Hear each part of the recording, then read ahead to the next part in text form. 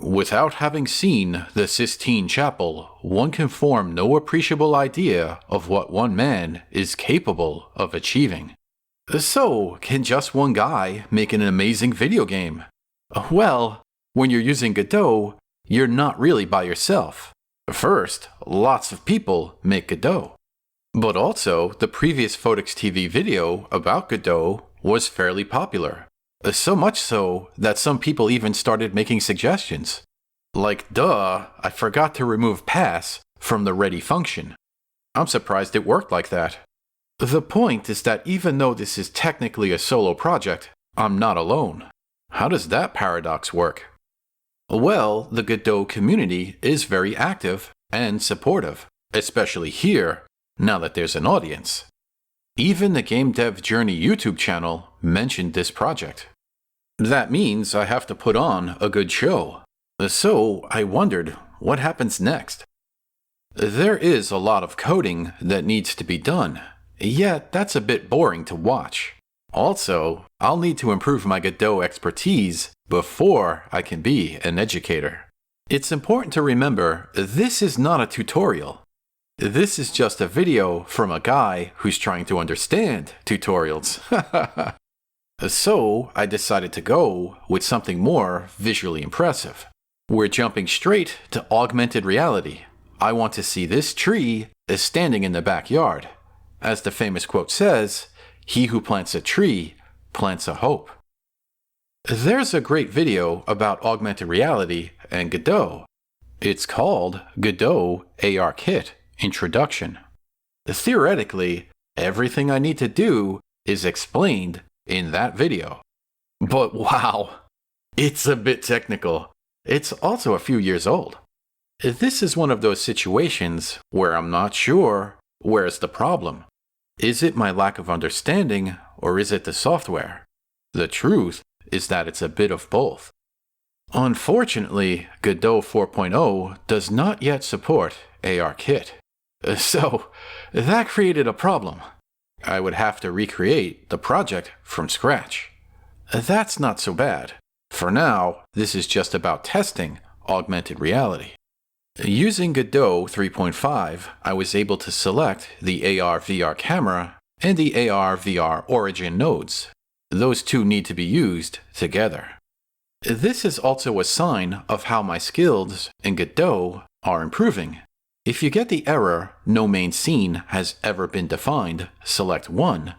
But you can't use the select current scene button. Then try saving the current scene first. I was clicking the button, not knowing why it wasn't working. That's such a simple problem, but I was tripping over that one like a step that was slightly too high. Once the scene is saved, the project can be previewed. It was nice to see that the AR/VR camera could be used like a regular game camera too. Although this is a little too close to the tree. The AR/VR camera can be positioned manually, just like the previous video in this series. And so this reminds me of the movie Commando, where the lady with Arnold Schwarzenegger fires a rocket launcher. She gets it wrong on the first try, fires in the wrong direction. But then she turns the rocket launcher around and blows up the police van. The now freed Arnold asks, "Where did you learn how to do that?" She replies, "I read the instructions." So I tried reading the instructions, but it was like I was firing the M202 backwards. Here's an example. An AR/VR primer for Godot has lots of useful information. However, it took me a while to realize that the sample code triggers virtual reality. When I tested the project, the preview showed a goggles view. That's kinda neat, but not what I'm trying to do right now. I'm not sure what happened next, but it looks like I tried exporting to iOS. That requires downloading the export templates. That's how Godot is able to keep that initial download size so small. This download is over half a gig. But anyway, I'm thinking that the theory was that the problem would solve itself if I simply tried it on an iPhone. That was completely wrong. But it was a good learning experience just the same. Over here, I'm learning how the export process works. Basically, I was filling out all the fields until all the red alerts went away. At first, I thought, wow, this is so annoying. I don't have to do this every time. Fortunately, I don't have to. Once those initial settings are done, the Export PCK zip option can be used instead of exporting the whole project. That's very useful, as I didn't enter my actual developer information yet. I was waiting until I got to Xcode.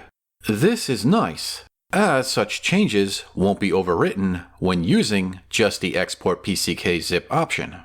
After adding my developer information in Xcode, the project can be previewed. And there it is. The hedging app is now on the iPhone. Nice. But, as mentioned earlier, this did not solve the augmented reality issue. That's when I went back to the AR/VR primer for Godot video. It shows the code changes for augmented reality. So I switched the code and I tried previewing the project again. It still did not work. This is where I started getting really discouraged, as what I was trying to do requires a plugin. That by itself isn't such a big problem, but the instructions mentioned compiling the code. I don't want to do that. First, I don't have Python installed. Apple dropped that with macOS Monterey 12.3. And even if I had that, I would still need the software construction tool. Fortunately, there is a download in the releases section. That makes things so much quicker and easier. The trick is to add it in your Godot project folder as iOS/plugins. That adds additional export options where the camera and AR kit can be selected. But unfortunately, this did not work with Godot 3.5. It just froze at the launch screen.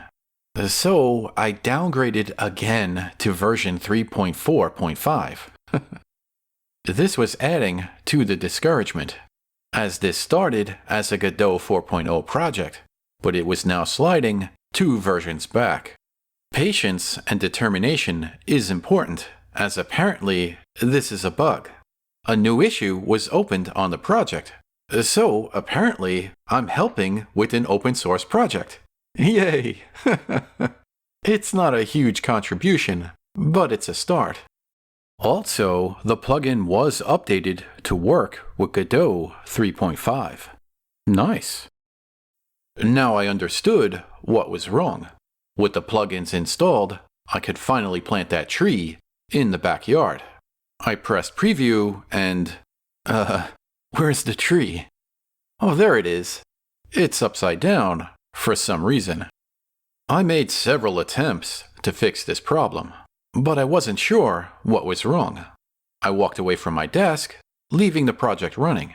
When I returned, I noticed that my phone was kinda warm. So I checked the CPU usage. 50%. That seemed kinda high to me. It's only a camera and a tree. Why so high? A reference point was needed. So I compared it to the SwiftShot project. Whew! That was well over 100%, with high energy usage. I don't want to melt iPhones across the world. So, is augmented reality really such a good idea? I don't know. It's certainly making this project more difficult. But after a good night's sleep, I returned to the project with a clear head. It seems to be an issue with auto-rotation. By selecting just Portrait in Xcode and letting Godot manage the orientation, it kinda worked. There's the tree in the backyard. It's still sliding around, so it's not fully planted. But to take this to the next level is quite a bit of work. I wanted to post an update as a checkpoint. This race is not finished, but at least I made it this far.